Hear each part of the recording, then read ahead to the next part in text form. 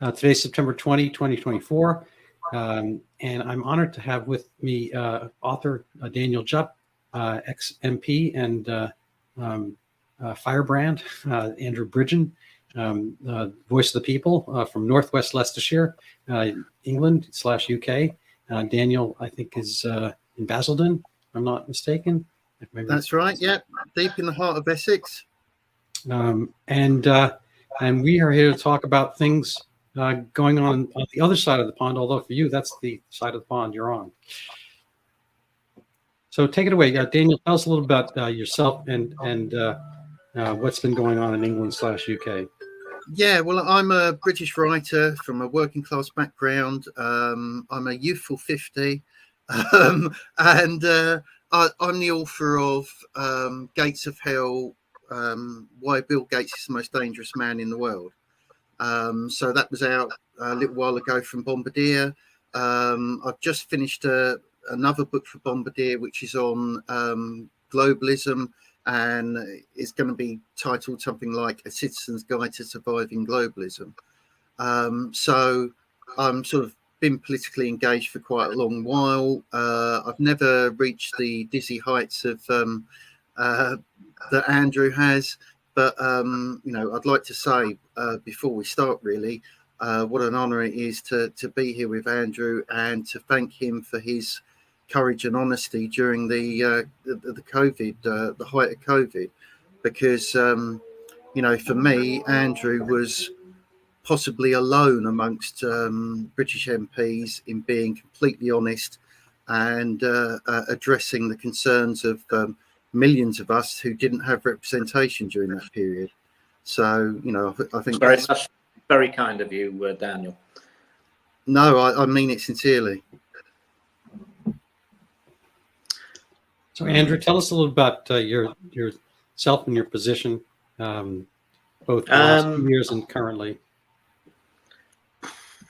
Working class chap, first member of my family ever to go to university. Went to Nottingham University in the 80s. I'm a youthful 60 in a couple of weeks' time. Daniel, I think you had a hard paper round, didn't you?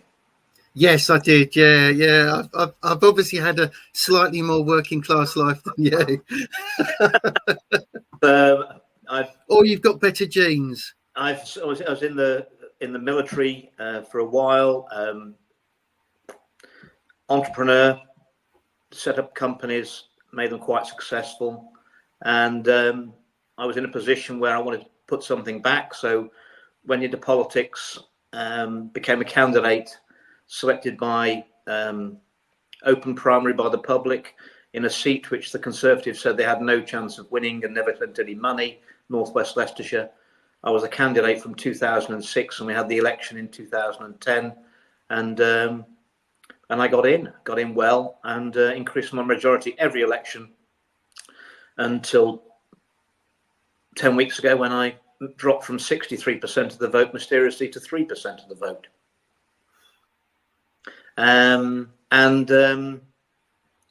During my time in Parliament, I tried to expose corruption whenever I could. So I was one of the very first MPs to expose the Post Office Horizon scandal.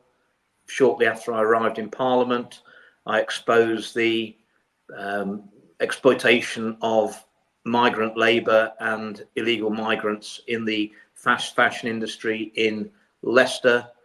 I campaigned on the infected blood scandal. I campaigned against HS2 for 10 years and voted against it, and was proved right on that when it was cancelled. And of course, I felt it my duty to speak out over the safety and efficacy, or lack of, for the COVID-19 vaccines, the lack of science and the harm that we did to our society and the health of the public and the mental health of the public and our young people with the lockdowns, the masking and everything else. And I think I raised in Parliament a number of issues that nobody else wanted to talk about. The WHO and their power grab of our sovereignty, net zero, which is another huge scam on the world. I didn't really endear myself with the establishment, and I was thrown out. I was the Enoch Powell was the next previous MP, was thrown out of the Conservative Party for having a view. But I'm comfortable where I am. I know I'm going to be proven right. It's just a matter of the narrative, the Overton window shifting enough to allow the truth to come out. Yeah, I think that's the window they tried to throw you out of. I think Well, they were attempting an Overton defenestration. Well, I have to remember. They were very open about it. I mean, they did tell me before they gave me the option, you know, Andrew, there is currently no political appetite for your views on the vaccines. There may well be in 20 years' time, and you're probably going to be proven right then. But in the meantime, you need to bear in mind you're taking on the most powerful vested interest in the world, with all the personal risk for you which that will entail. And at that point, I walked out and said, I'm out then, aren't I? Was that party whips who said that?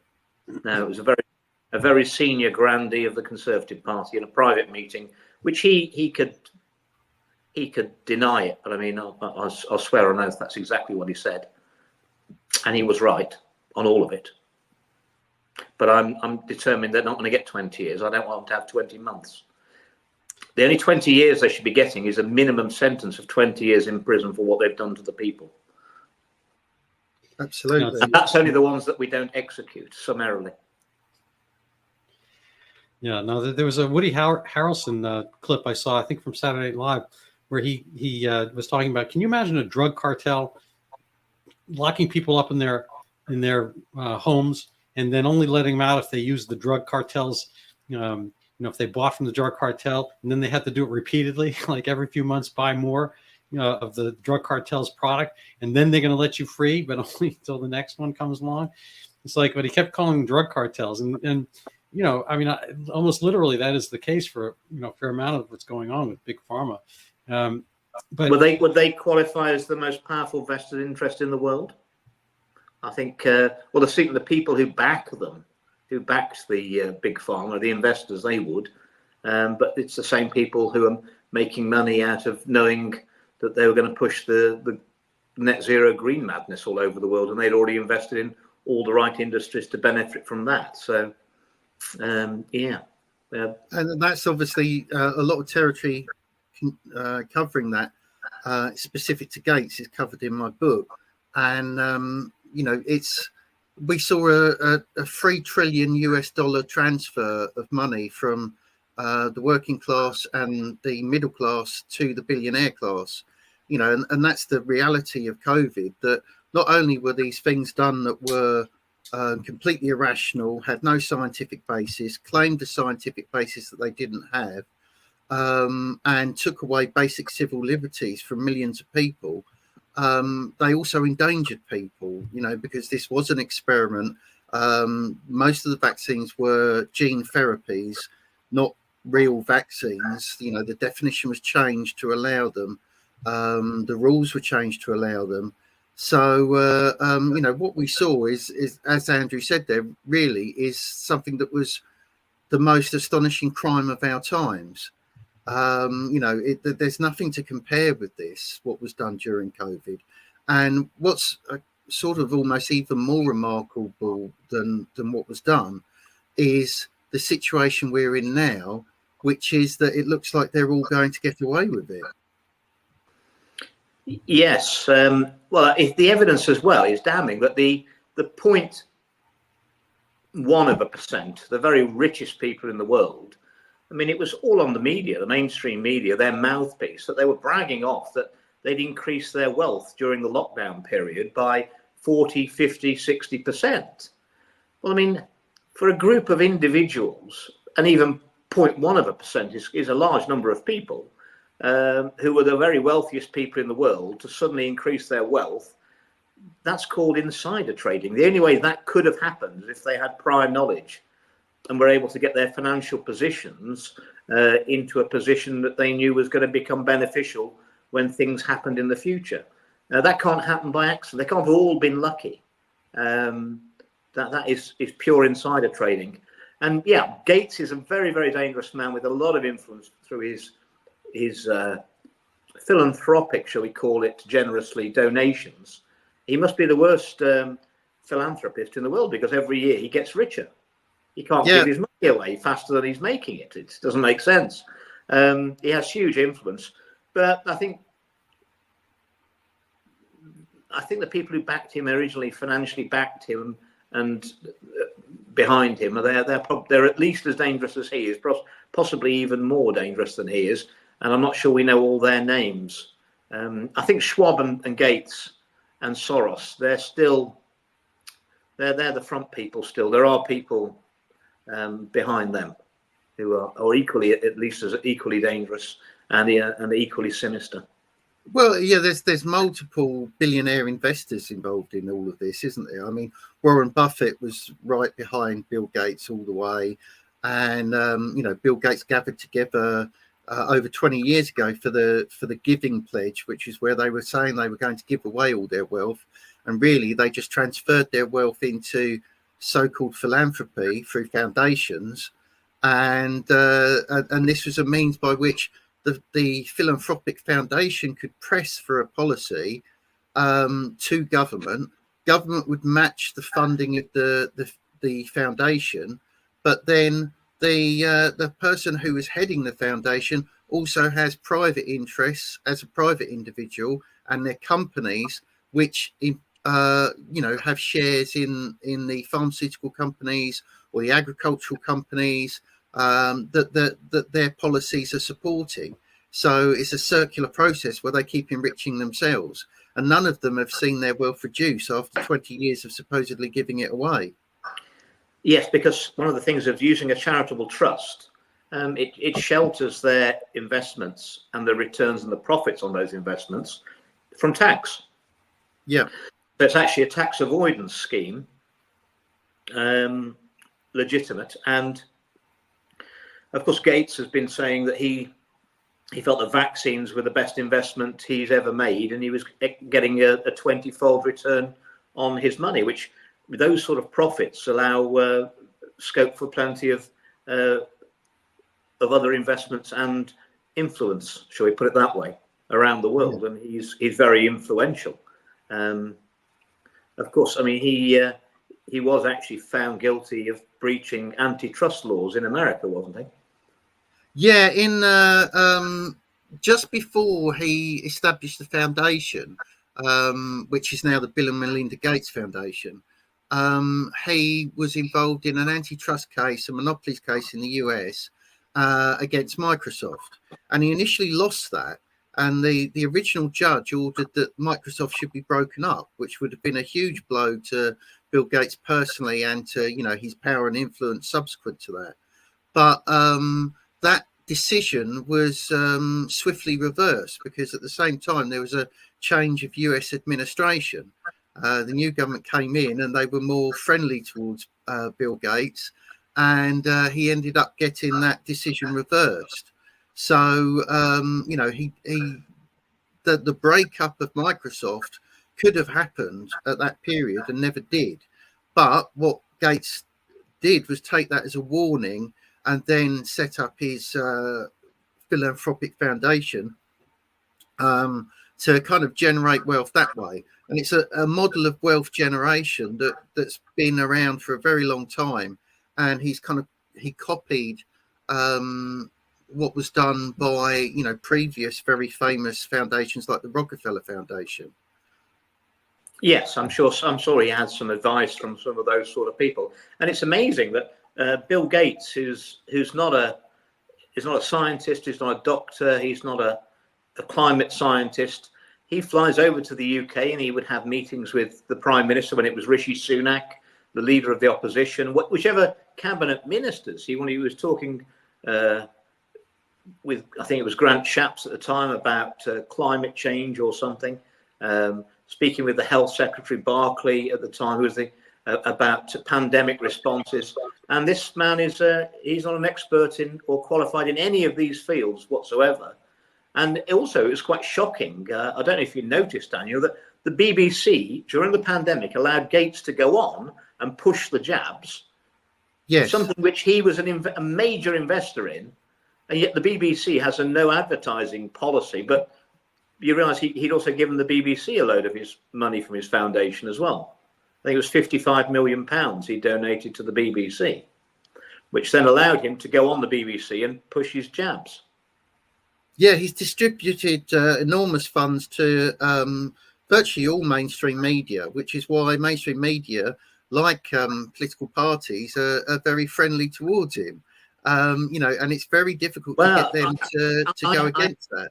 I had that out with The Guardian, who were putting a smear piece out about me, and I spoke to the journalist and said, "And will you be putting in about my criticism of the vaccines? And will you be declaring in the article that you're taking money from Bill Gates, the Bill and Melinda Gates Foundation?" And he said, "Yeah, we are taking the money, but it won't be featuring in this article." No.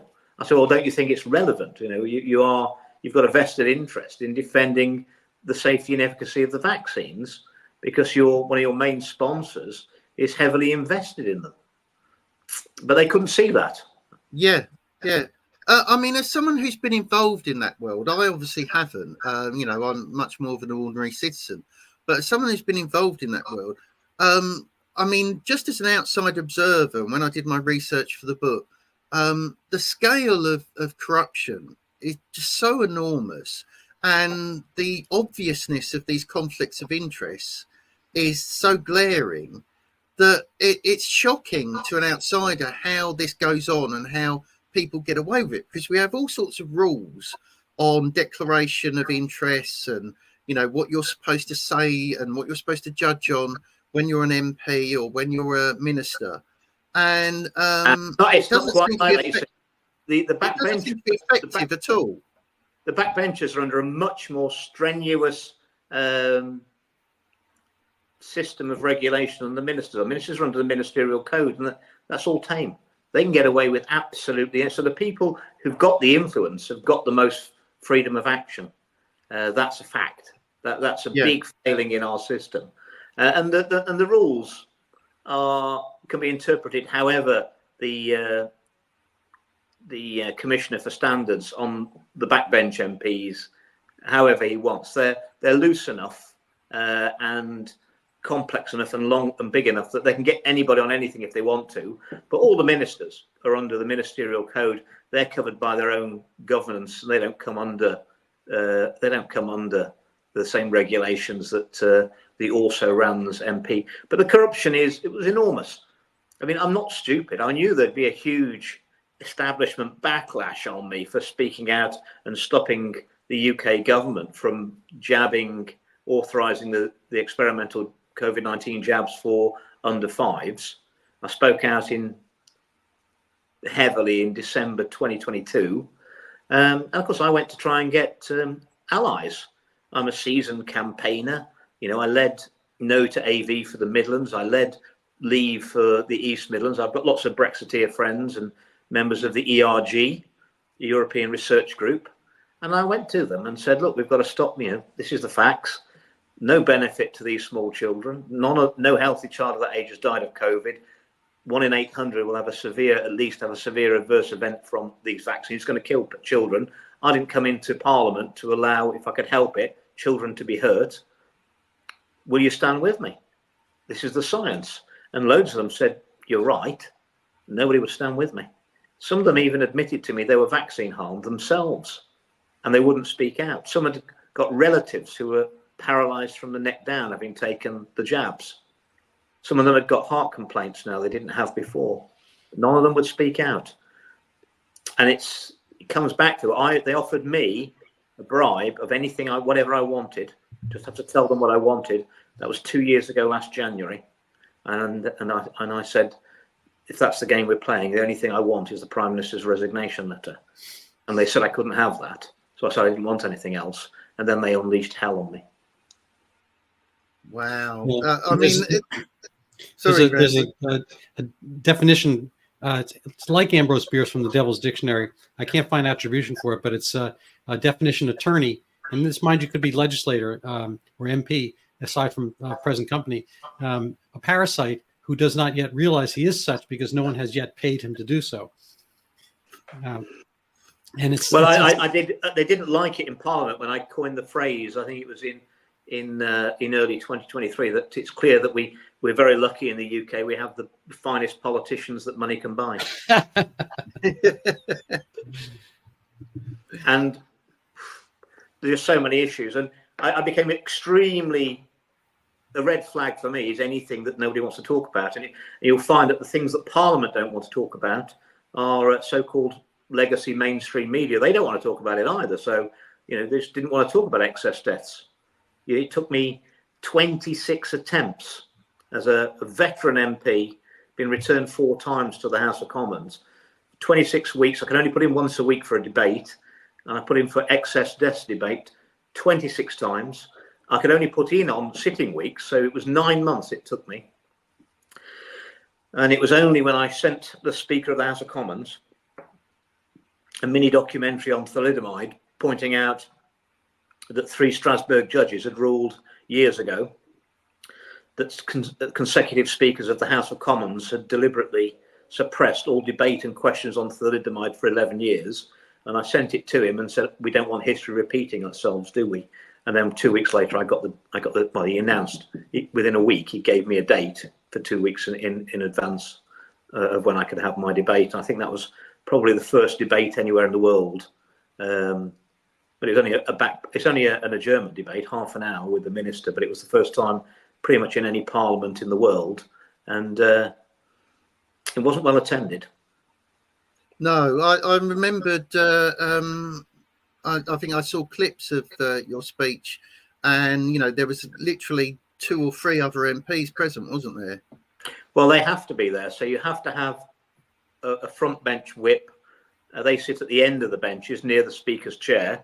They're the whips on both sides. One of those has to be there, and there has to be a minister there. So there had to be a minimum of 5 of us in the room, and I think there might have been 7. It's not very good out of 650 when 4 of them had to be there.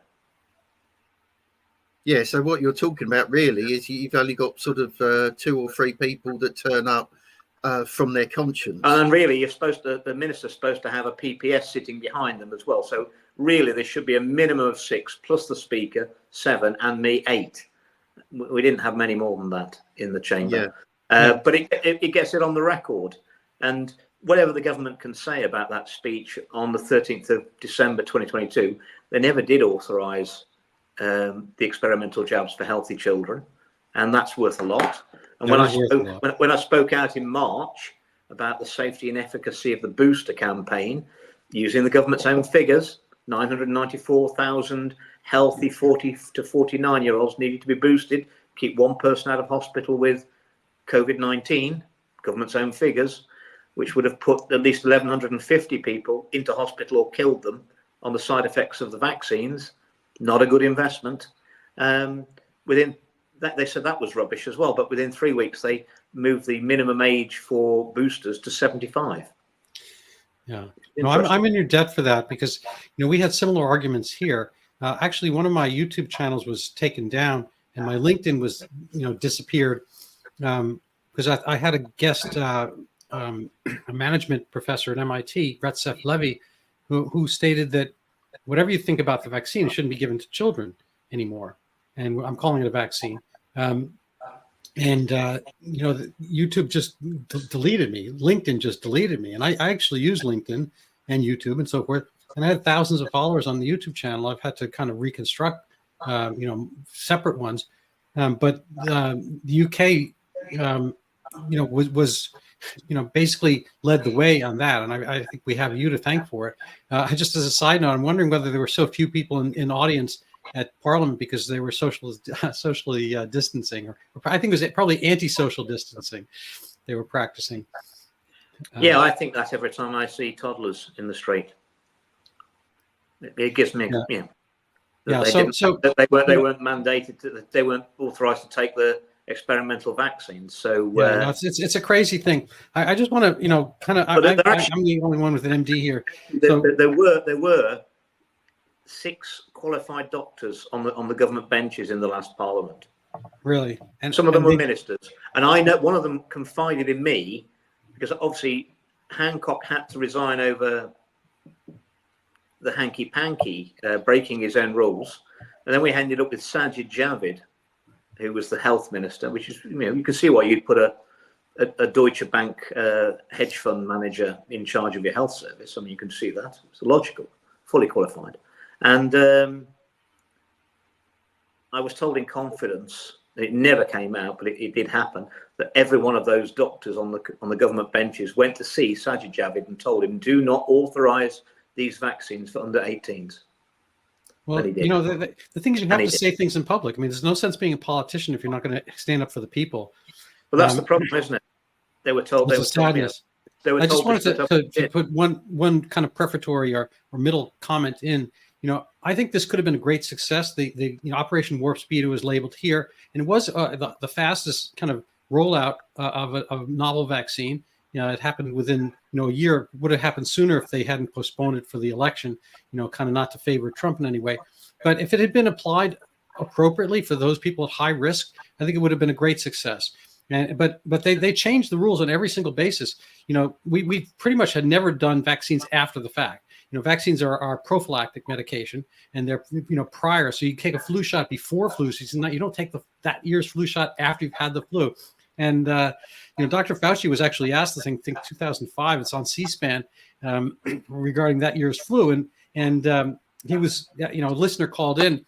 And said, Dr. Fauci, I've had this year's, had the flu. Should I still get the flu shot? He's like, no, you should never, think about getting that year's vaccine after the fact. The fact you've had the illness is much, is much more comprehensive coverage. Don't ever get this. And then he turned around.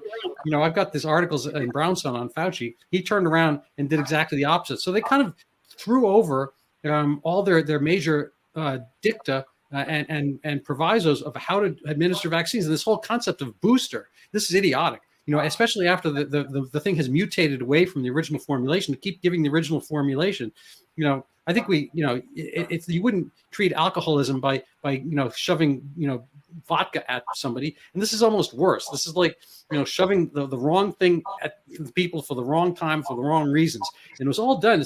You have to wonder. I mean, I've just never seen such a huge contravention of standard medical protocol. And for the doctors who were in Parliament, and all doctors in general, not to have stood up for this is really a sadness.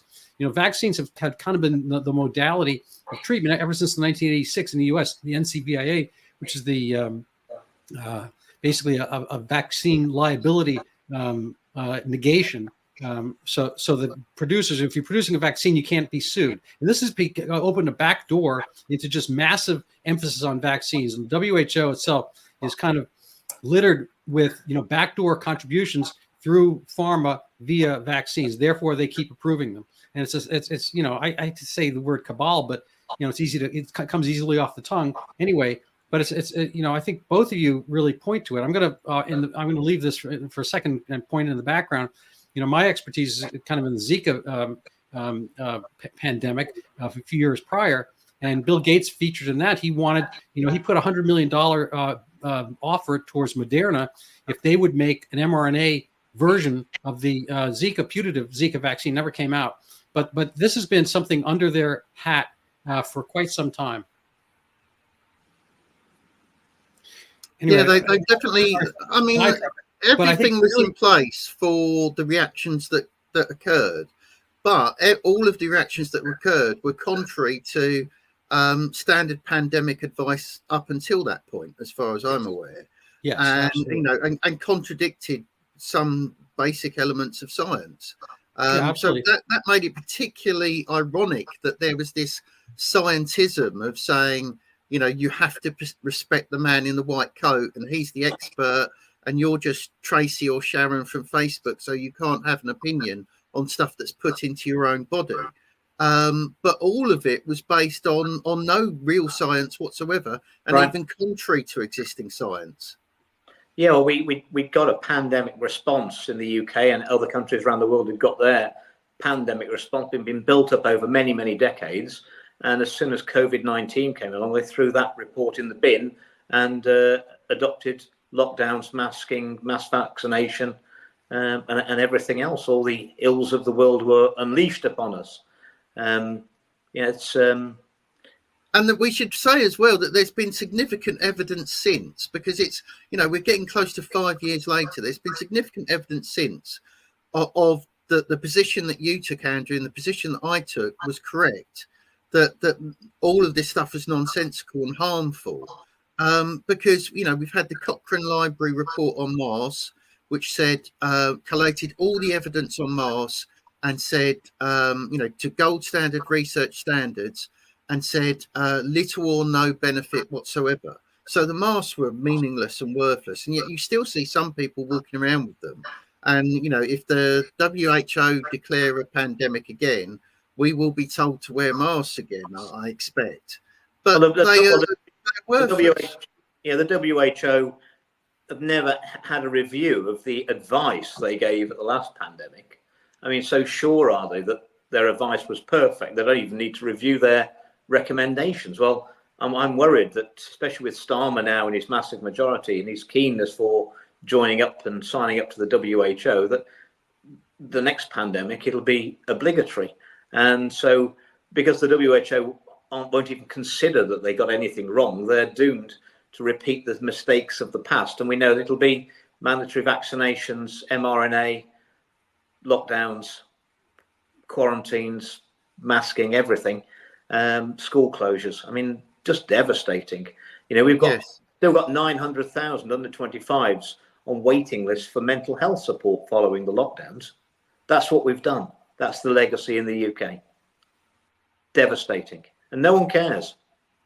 Yeah, that's the really sad thing, because it's gone on so long now that I think it's there's a Napoleon quote that you don't have to bury the truth, you just have to delay it until no one cares, and that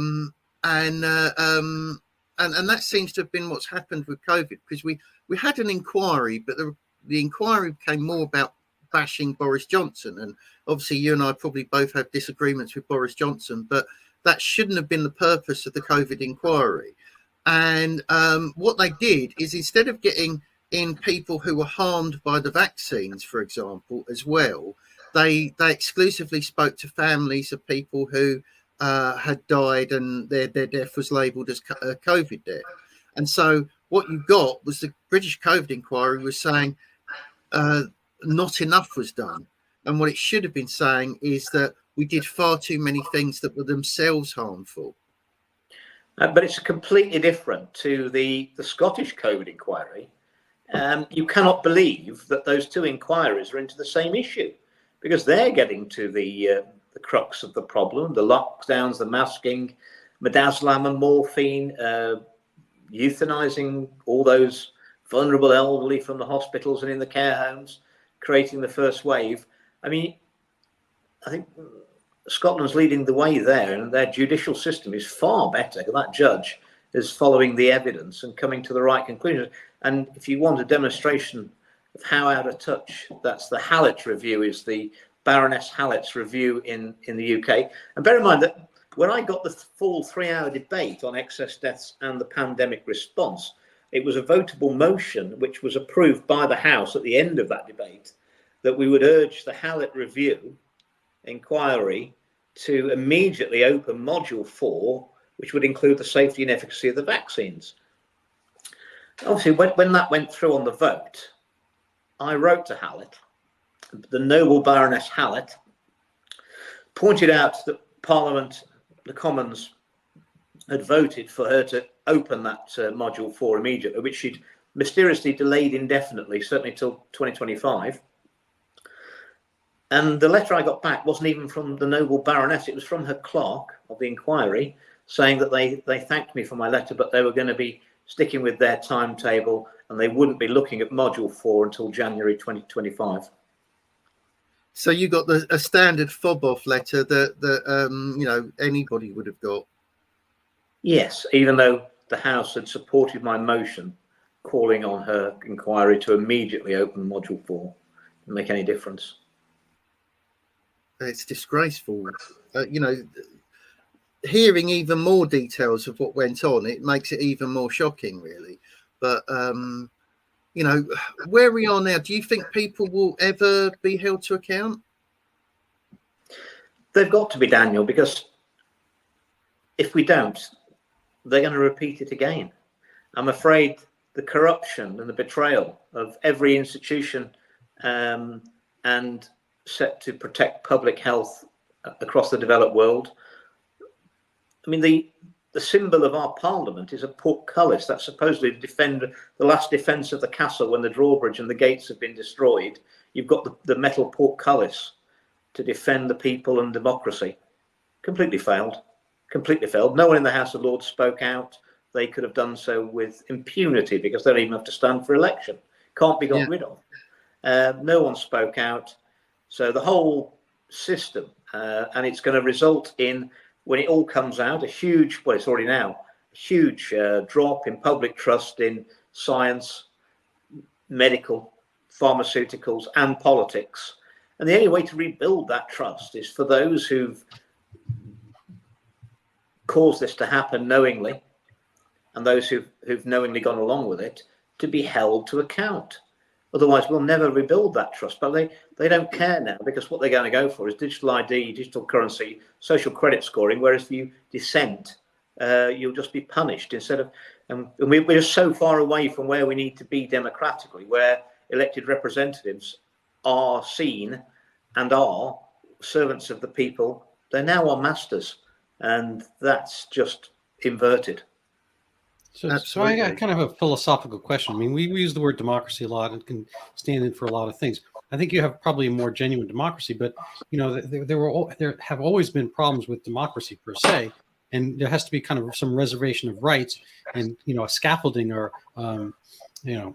some restraint, and that's kind of the concept of a republic with constitution and so forth. And the United States left England because of, I guess, rights, and they wound up, kind of following Montesquieu, I gather, and other concepts. Maybe you guys are a little bit more literate on the topic than I, and came up with, a Republican form of government. Basically, everyone keeps calling it democracy, but the problem with, most of the Anglosphere's democracies was that they were, I guess, hijacked by these, absolute powers from temporary majorities, and things can even get worse, as you've seen more recently under this concept of democracy.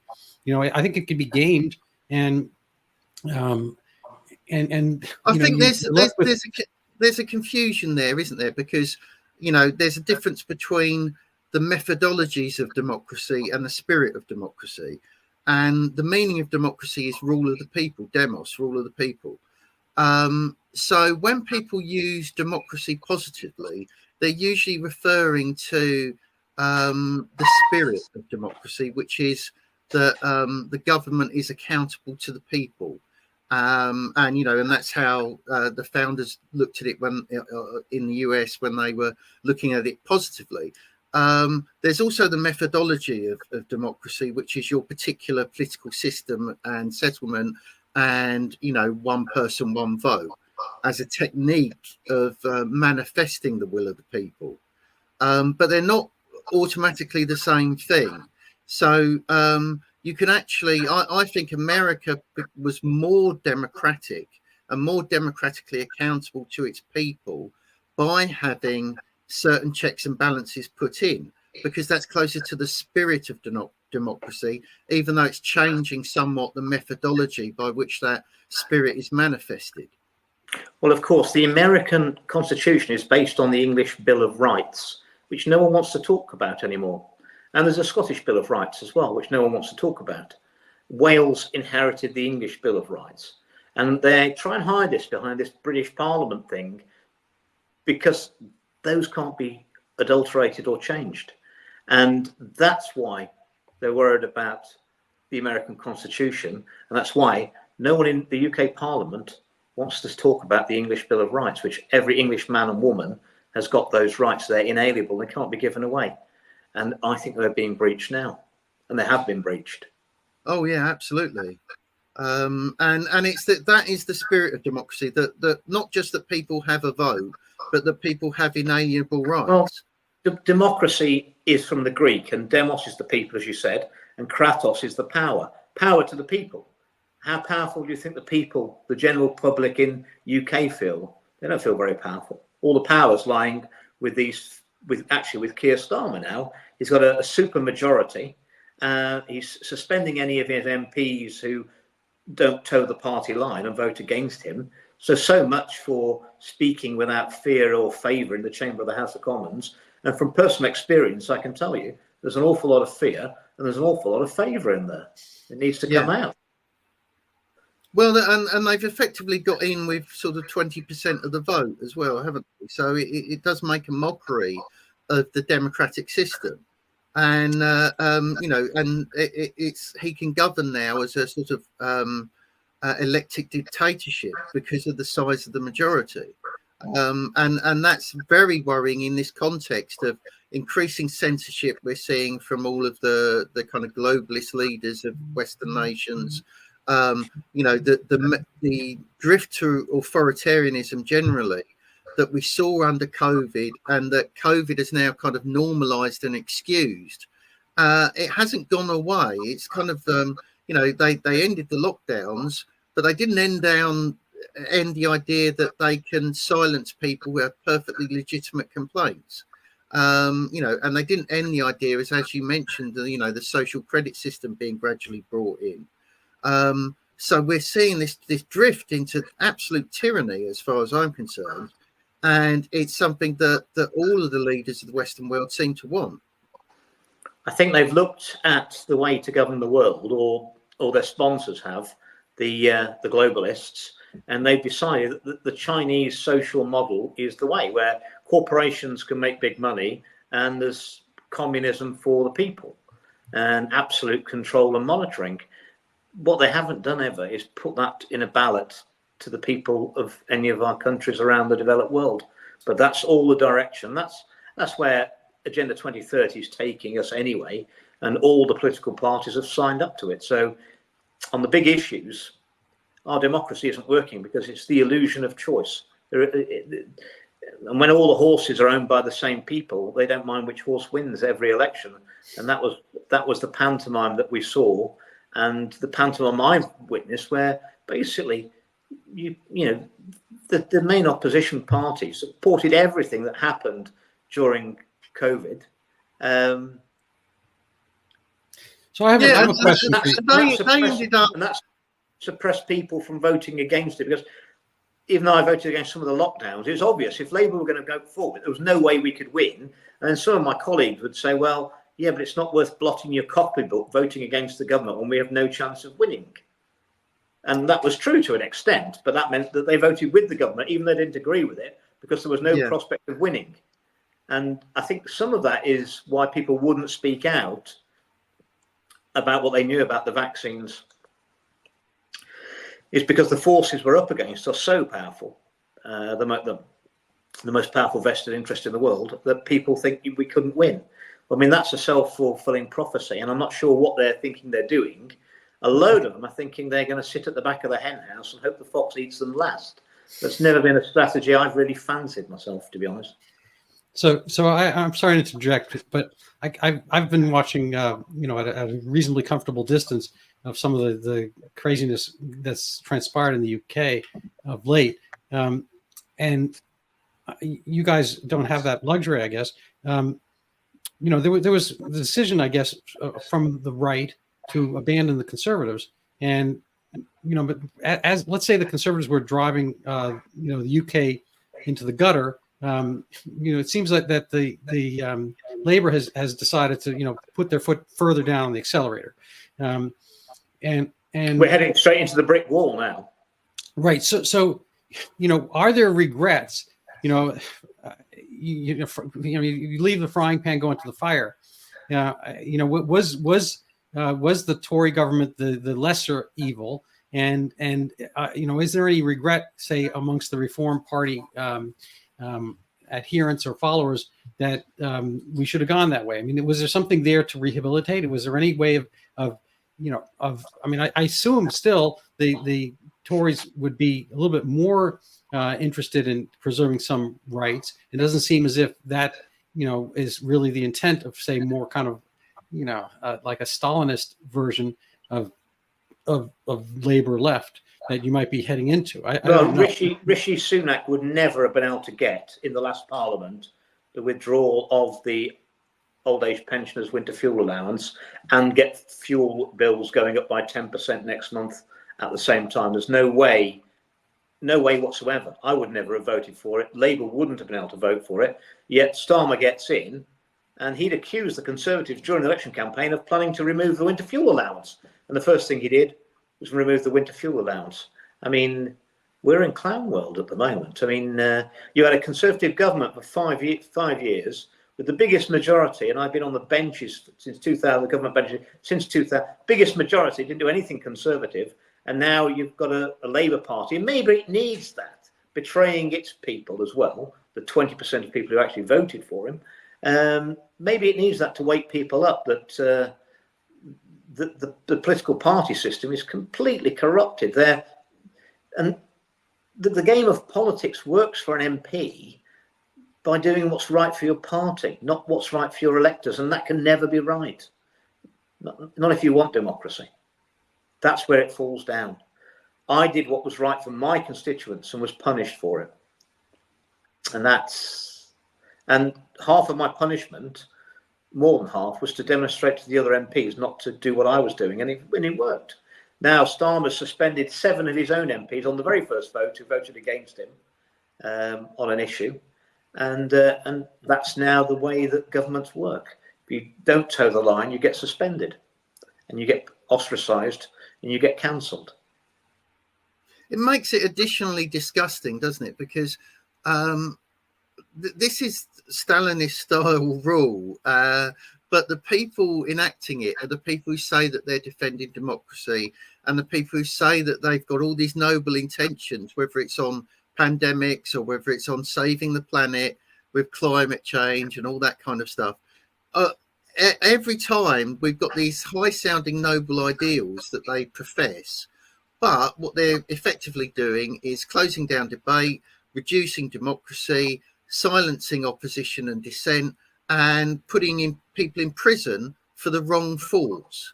Well, it's getting more and more tyrannical while claiming that it's defending democracy. Well, we are in the crazy situation in the UK now, where if you call someone a paedophile on social media, you go to prison. If you actually are a paedophile, you don't go to prison. You get a suspended sentence. You've got hardened criminals being let out after serving only 40% of their sentences, many of whom will already have reoffended in the last few weeks, some who were rearrested outside for other offences as they were released. And you've got old age pensioners going to prison for hurty words on social media or waving their arms at a police dog. I mean, it is straight out of Chairman Mao's little red book of Revolutionary War, where on the inside cover it says, kill one, intimidate a nation. Well, lock one person up for social media, hurty words. And then, when I walk around the streets, people are saying to me, they're very nervous about what they post on social media now because they don't want to go to prison. Well, I mean, once we haven't got freedom of expression, freedom of speech, I mean, every other freedom hangs from that, and they know what they're doing. They know what they're doing. Oh, yeah, it's absolutely 100% deliberate, and it's in concert as well, because you've got, every what used to be the free world nation is doing this. There's no exceptions. It's happening everywhere. Well, it's worse. In France, if we'd have had this conversation in France, we'd all be facing potentially 2 years in prison and a 40,000 odd euros fine for talking about things that might dissuade people in future from taking a medical intervention.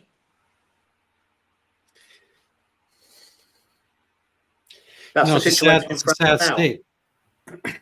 And that's and that was what liberté, fraternité, égalité. Yes. Well, yes, it would be, because we're all going to prison. Yeah. And I was kind of shocked they had that 2-stage French election, and I guess Marine Le Pen did fairly well in the first one, and then I don't know how that works. I mean, they changed their mind a week later. Well, I think there was an agglomeration, in by district. So, Macron actually, what happened is that Macron allied with the hard left parties, and they did a version of supporting each other in different regions. Right. They withdrew. So tactical voting. They didn't want anyone going in from the right on a plurality. So if they had the majority in each district, they would drop one or the other of the candidates, and they were able to win the majority. So this is kind of a gaming of democracy. I don't know how you get around it, unless you have reasonable checks and balances and you have competing branches of government. I think the American model is just, not assuming that we're all angels, but how to govern men's inner devils the best. We all have competing interests. We all have jealousies. We have self-interest, greed, and all that kind of stuff. You have to be able to keep those things at bay. But during COVID, we saw that that again, kind of the swiftest form of corporatist, quasi-fascistic, draconian measures were in happy places like New Zealand. Everyone has always been wanting to go to New Zealand to kind of escape, the potential nuclear war and all this kind of stuff, and supposedly, given to us as a fantasy, wonderful place. But then it winds up being a beautiful landscaped prison. It's just kind of crazy. And same with Australia, the world's largest open air prison. It became again, going back to its roots. And Australians had this reputation as no nonsense. They won't take any bullying, and the restrictions that were put in place in there were massive. So we're going to be rounding out the hour now. I'm wondering, we've heard the term two-tier for the kind of ways that kind of Arab Muslim influenced gangs were able to run around without arrests, and the kind of hereditary Anglo-Saxons and so forth, whoever's hanging out in your country for a few hundred years last. Wind up imprisoned. Is this going on still? Have things quieted down? What's the outcome of this, and what's the way forward? And how are you all going to manage? Without, I guess, with kind of the sword of Damocles over your head. I think it's going to get worse. It's going to get worse in the UK. It's going to get worse across the world. I think a flashpoint will be what happens in America on the 4th, 5th of November. That's quite totemic. I don't think they're going to let Trump win. I don't think they can let that happen. And it's going to be the backlash from that in America, that the ripples are going to go around the world, because many people around the world are banking a lot of hope on something which I don't think is going to be fulfilled for them, whatever happens. So I think we're going into pretty dark times. I think there'll be massive protests sometime in the next 6 months in the UK and around the world. And the UK people are pretty slow to get motivated on these sort of things. But once they are, they will feel it. But it's going to have to be non-violent demonstrations. And we're going to get one chance to stop this madness. And we're going to have to grasp it when it comes, and it's not far away. That's 5 years hence. I mean, no, it's within 12 months. Before this time, it has to be. If we allow the current government to have 5 years of uninterrupted rule, and there aren't mass protests against them in that period, then we're going to be effectively in a tyranny that will last the rest of my life. We're heading into a digital and freedom of speech and freedom trap, and once we get into that trap, it's going to be very hard to get out of it. Best we don't go in it, and that's what we're going to have to protest. So what's the recourse if they've been elected and they have a 5-year term? They don't have to call elections. What's the provocation that you'd get something within 12 months? We'll have to make the country ungovernable. So you were talking about the first. People are just not going to comply, and there will be the biggest protest this country's ever seen, I think. You're talking about the free speech as being the basic of all liberties. Here we often say that the Second Amendment protects the First Amendment. That is, the right to bear arms. The idea is to protect yourself from the government. It seems like that's not really in the offing in the UK. I think we haven't seen that in the UK and in America. We haven't really seen the scale of mass protest that's needed to potentially stop these things peacefully. And then you'd have to have kind of like Gandhi in India levels of mass protests, like ongoing, constant, lasting for years or months, whatever it takes. General strikes, and downing of tools, and the whole of the public responding. And we haven't seen anything like that in the US or the UK or anywhere else. The nearest has probably been the ongoing yellow vest protests in France, and some others like that. But they were clamped down on very harshly by Macron, who will show the template of how they'll be responded to elsewhere. But we've had revolutions in the past in various nations that succeed by that scale of peaceful protest. So it is possible and it is needed.